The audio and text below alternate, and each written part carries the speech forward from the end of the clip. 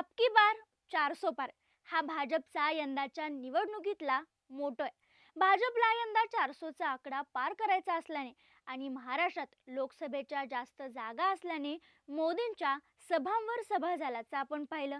पण असं असलं तरी महाराष्ट्रात या 5 जागा आहेत ज्या भाजपला जिंकणं थोडंसं जड जाऊ शकत असल्याचा अंदाज आहे.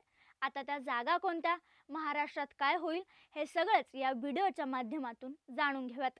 नमस्कार, मी संजना. तुम्ही पाहताय टीओडी मराठी. यंदा महाराष्ट्रामध्ये लढत खूपच चुरशीची असल्याचं बोललं जाते. इंडिया आघाडीच्या आव्हानामुळे ही निवडणूक भाजपासाठी सर्वाधिक प्रतिष्ठेची मानली जाते. राज्यात भाजपच्या वाट्याला 48 पैकी सर्वाधिक अर्थात 28 जागा आल्या असून युतीच्या इतिहासात पहिल्यांदाच भाजपच्या पदरात एवढ्या जागा पडल्यात. त्यामुळे यावेळी जागा वाटपात भाजप मालामाल झाले. असं असलं तरी मोक्याच्या या ज्या 5 जागा आहेत त्या भाजपला मिळणं कठीण जाऊ शकतं. त्या जागा कोणत्या आहेत पाहूयात. सगळ्यात महत्त्वाची आणि मोक्याची जागा ठरते, आव्हानात्मक जागा ठरते, ती म्हणजे अहमदनगर लोकसभा मतदारसंघ. अहमदनगर लोकसभा मतदारसंघात भाजपच्या सुजय विखे पाटील यांना पुन्हा एकदा खासदारकीसाठी संधी देण्यात आली असून शरदचंद्र पवार गटातील पारनेरचे आमदार निलेश लंके अशी प्रमुख लढत नगरमध्ये पार पडली. अहमदनगरचा टक्का यंदा मागच्या वर्षाच्या तुलनेत जास्त वाढला. याशिवाय राहुरी आणि पारनेर हे जे 2 मतदारसंघ आहेत या ठिकाणी देखील शरद पवार गटाचे आमदार आहेत आणि या विधानसभा मतदारसंघाचा टक्का देखील वाढलेला पाहायला मिळाला. नगरमध्ये अर्थात नगर आणि शिर्डीमध्ये बाळासाहेब थोरात, विखे पाटील, शरद पवार यांचं वर्चस्व आहे. त्यामुळे ही निवडणूक राजकीय प्रतिष्ठेची ठरलेली असताना नौख्या असणाऱ्या निलेश लंके यांच्या कोरोना काळातल्या कामगिरीमुळे ते चर्चेत आले आणि ते सुजय विखे यांना तगडी फाईट देऊ शकतील असं वातावरण अहमदनगरमध्ये पाहायला मिळते.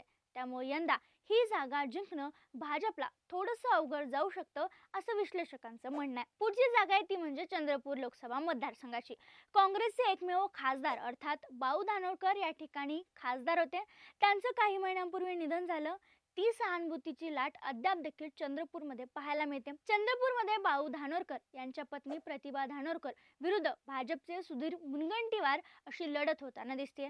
भाजपमध्ये मात्र सुधीर मुनगंटीवार यांना खासदारकी लढवायची नव्हती, तरी देखील भाजपनं ही उमेदवारी त्यांच्या पथ्यावर मारली आणि असाच उल्लेख करत देखील प्रतिभा धानोरकरांनी प्रचार केल्याचं पाहायला मिळालं. त्यामुळे चंद्रपूरमध्ये पुढचा खासदार कोण हे तर ओबीसी मतदारच ठरवणार आहेत, कारण तेथील त्यांची संख्या महत्त्वाची ठरणार आहे. त्यामुळे ओबीसींची संख्या, प्रतिभा धानोरकर यांच्याविषयीची सहानुभूती या 2 गोष्टी काँग्रेसला फायद्याच्या आणि भाजपला तोट्याच्या नक्कीच ठरू शकतात. पुढची जागा आहे ती म्हणजे बीडची. बीडमध्ये यंदा जातीय ध्रुवीकरणावर प्रचंड मोठ्या प्रमाणात मतदान झाल्याचं सांगितलं जाते. पंकजा मुंडे यांचं पुनर्वसन करत भाजपाने त्यांना उमेदवारी दिली असली तरी मराठा आरक्षणाचा जो परिणाम आहे तो मोठ्या प्रमाणात बीडमध्ये पाहायला मिळाला. यावेळी शरदचंद्र पवार गटाकडून मराठा असणारे बजरंग सोनवणे यांना उमेदवारी दिल्यामुळे बीडमध्ये ओबीसी वंजारी विरुद्ध मराठा असा सुप्त संघर्ष पाहायला मिळतोय आणि या संघर्षामध्ये भाजपला ही जागा मिळणं कठीण असल्याचं सांगितलं जातं. पुढचा मतदारसंघ आहे तो म्हणजे साताराचा. साताऱ्यामध्ये अनेक प्रयत्न करून भाजपकडून अखेर उदयनराजे भोसले यांनी उमेदवारी मिळवली. शरद पवार गटाने शशिकांत शिंदे यांना उमेदवारी दिली. उदयनराजे यापूर्वी देखील खासदार राहिलेत, मात्र त्यांनी केलेल्या कामगिरीवर मतदार इतका जास्त प्रभावित आहे असं दिसत नाहीये. शिवाय शशिकांत शिंदे हे 10 वर्ष आमदार राहिलेत. शिवाय त्यांना माथेडे कामगारांची ताकद देखील इथं मिळू शकते.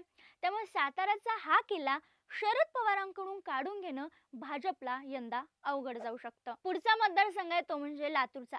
लातूरमध्ये सुधाकर शृंगारे यांना पुन्हा उमेदवारी दिली गेली, तर या ठिकाणाहून काँग्रेसकडून डॉक्टर शिवाजी काळगे यांना उमेदवारी देण्यात आली. तसं पाहायला गेलं तर शृंगारेंच्या कामगिरीवर देखील मतदार नाराज आहेत. आता काळगे यांच्याबद्दल बोलायला गेल्यास लातूरमध्ये लिंगायत समाज मोठ्या प्रमाणात आहे आणि काळगे हे माला जंगम समाजातून येतात. ती मतं काळगेंना नक्कीच मिळू शकतात. शिवाय लातूरमध्ये काही प्रमाणात लिंगायत समाजाची देशमुखांवर नाराजी होती, मात्र आता काळगेंना उमेदवारी दिल्यामुळे ती सुद्धा दूर झाली आहे. शिवाय काळगेंसाठी अख्खा देशमुख परिवार लातूरमध्ये सक्रिय झाल्याचं पाहायला मिळते. त्यामुळे ही जागा देखील शाबूत राखणं भाजपला यंदा अवघड जाऊ शकतं. या 5 जागा तर अडचणीत आहेतच, पण याशिवाय गेल्या 1.5-2 वर्षात जे राजकारण महाराष्ट्रात झाले त्यामुळे नागरिक संभ्रम अवस्थेत आहेत आणि या फोडाफोडीच्या राजकारणापाठीमागं भाजपचाच हात आहे असा आरोप विरोधकांकडून केला जातो आणि त्याचा धक्का या निवडणुकीत भाजपला नक्कीच बसू शकतो. दरम्यान या सगळ्याबद्दल तुमचं मत काय? या 5 जागा सोडून आणि कोणत्या ठिकाणी भाजपला निवडून येणं कठीण जाऊ शकतं? आम्हाला कमेंटमध्ये नक्की सांगा. व्हिडिओ आवडला असल्यास लाईक आणि शेअर करायला विसरू नका. आणि हो, अजून तुम्ही जर TOD मराठीच्या यूट्यूब चॅनलला सबस्क्राईब केलं नसेल तर नक्की करा.